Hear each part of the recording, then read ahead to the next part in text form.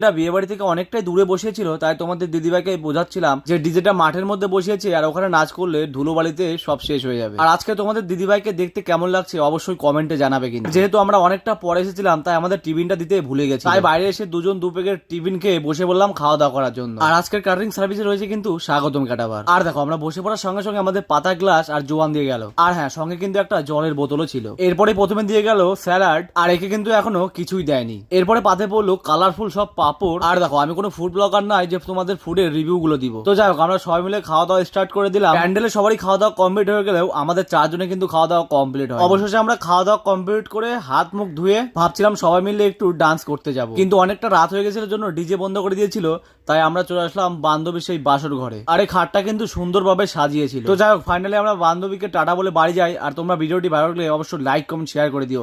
দেখাবেন একটি নতুন ভিডিও নিয়ে, ততক্ষণ ভালো থেকো সুস্থ থেকো, বাই বাই।